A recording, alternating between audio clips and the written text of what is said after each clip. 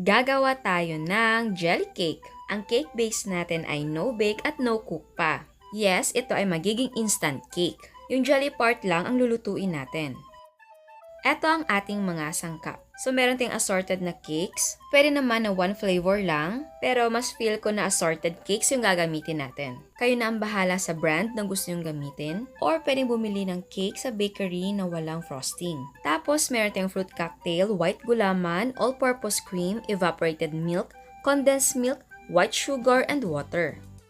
So, ang unang gagawin natin, i-arrange natin ang ating mga cakes sa cake pan. So, dapat siksik yung pagkakalagay ng mga cakes para hindi siya umangat mamaya paglagay ng ating liquid. And yes, pwedeng gumamit ng kahit anong shape ng cake pan.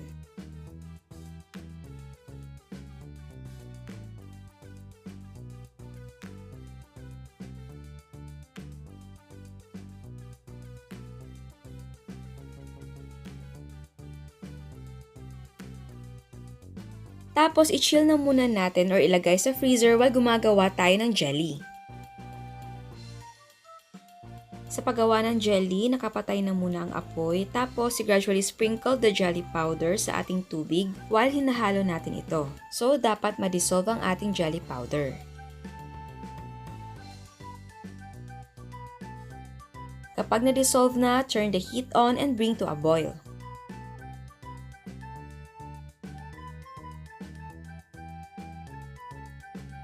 At kapag kumukulo na, add evaporated milk, all-purpose cream, condensed milk, and fruit cocktail syrup.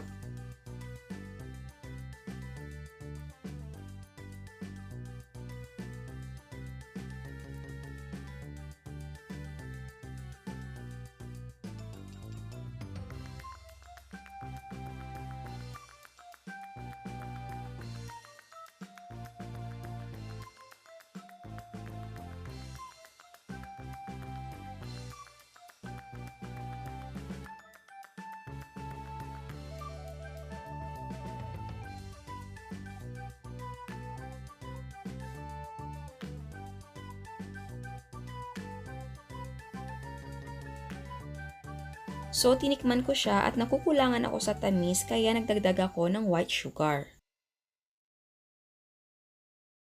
Tapos, haluin lang natin until ma-dissolve ang sugar and turn the heat off.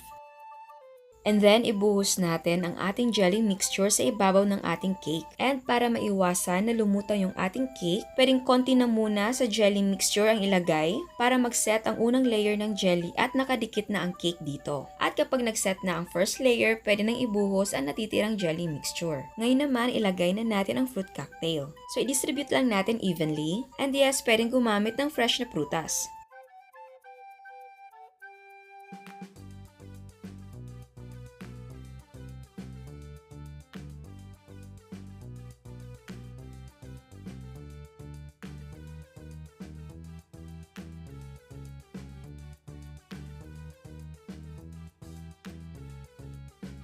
So, iset aside lang natin or ilagay sa chiller until mag-set ang ating jelly.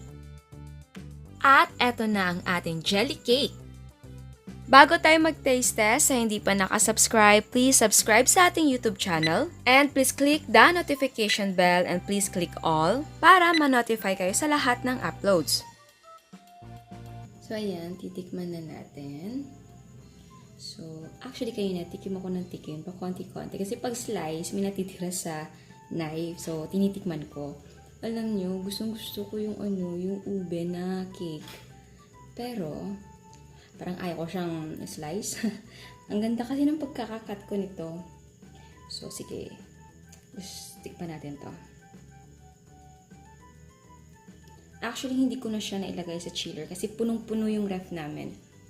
Nag-set naman yung jelly, pero yung cake mismo, gawa nga nung naglagay tayo ng jelly. So, medyo moist. Super moist siya. So, okay lang naman sa akin. Hindi ko lang alam sa inyo. Masarap din yung pandan. I think this is pandan or buko pandan. Pero mas sa akin yung pandan flavor niya. Masarap siya. Pero again, kung ayaw nyo na super malambot yung cake, pwede nyo ilagay na muna sa chiller para medyo firm. Kasi ito hindi na nailagay. Sobrang daming laman ng ref namin. Hindi niya kasha. Kaya mamaya pagkatapos nitong taste test natin, pamimigay ko na. Masarap din pala to. Next yung ating cake. Actually, tingnan nyo. Ay, ito yung I think custard ito or vanilla. Yan, cake pa rin. Ayan. Ayan. So, yung chocolate natin.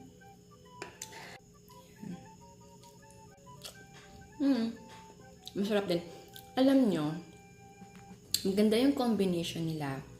Kasi nga naman, iba ang texture ng jelly. So, dalawang texture yung makakain mo. Tapos, ito hindi masyadong matamis. Kahit naglagay tayo ng condensed milk and sugar, for me, hindi siya ganun katamis. Pero okay lang kasi ito mga cakes natin, matatamis sila. Kaya okay lang na yung gulaman or yung jelly natin ay hindi matamis. So, kung napansin nyo, ginawa ko na to before, pero parang cathedral window lang yun. Pero same lang din, gelatin na yung gamit ko. Ito naman gulaman. Tapos may pineapple yun. Ito, milk. Milk lang. Ayan. So, ngayon, kung gusto nyo na ayaw nyo nang magluto, so pwedeng ganito lang. Instant na. Again, pwedeng isang flavor lang ng cake base. Kayo nang bahala. Ako lang kasi, gusto ko iba-iba kasi parang ang ganda tignan. Tapos, every slice, iba-iba ang flavor. So, yun yung gusto ko. Hindi naman puro chocolate lang. Or hindi puro ube. Iba-iba. Alam mo yun.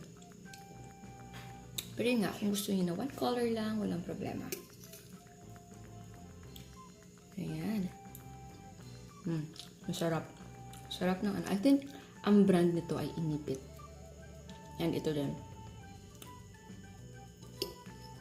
Sarap. Yan. Masarap din to. I think this is custard nga or vanilla. Pero, masarap. And Inipit din to, sure ako.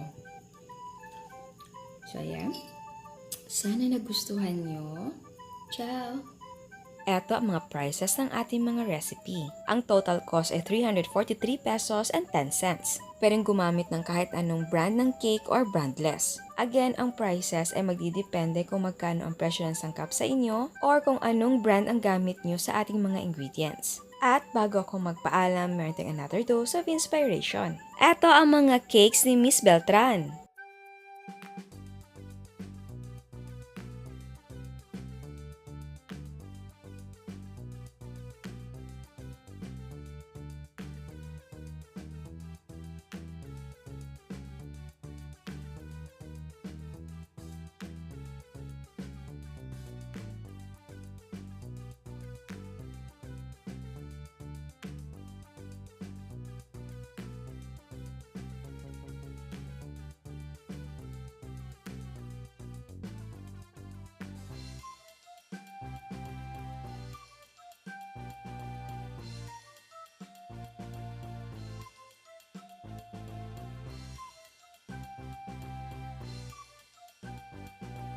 Chocolate chip cookies by Miss Sunshine.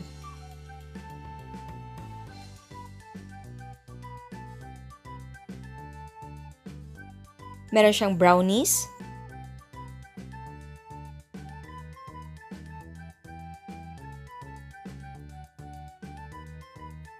Chocolate Butternut Balls, at meron siyang mga cakes and cupcakes.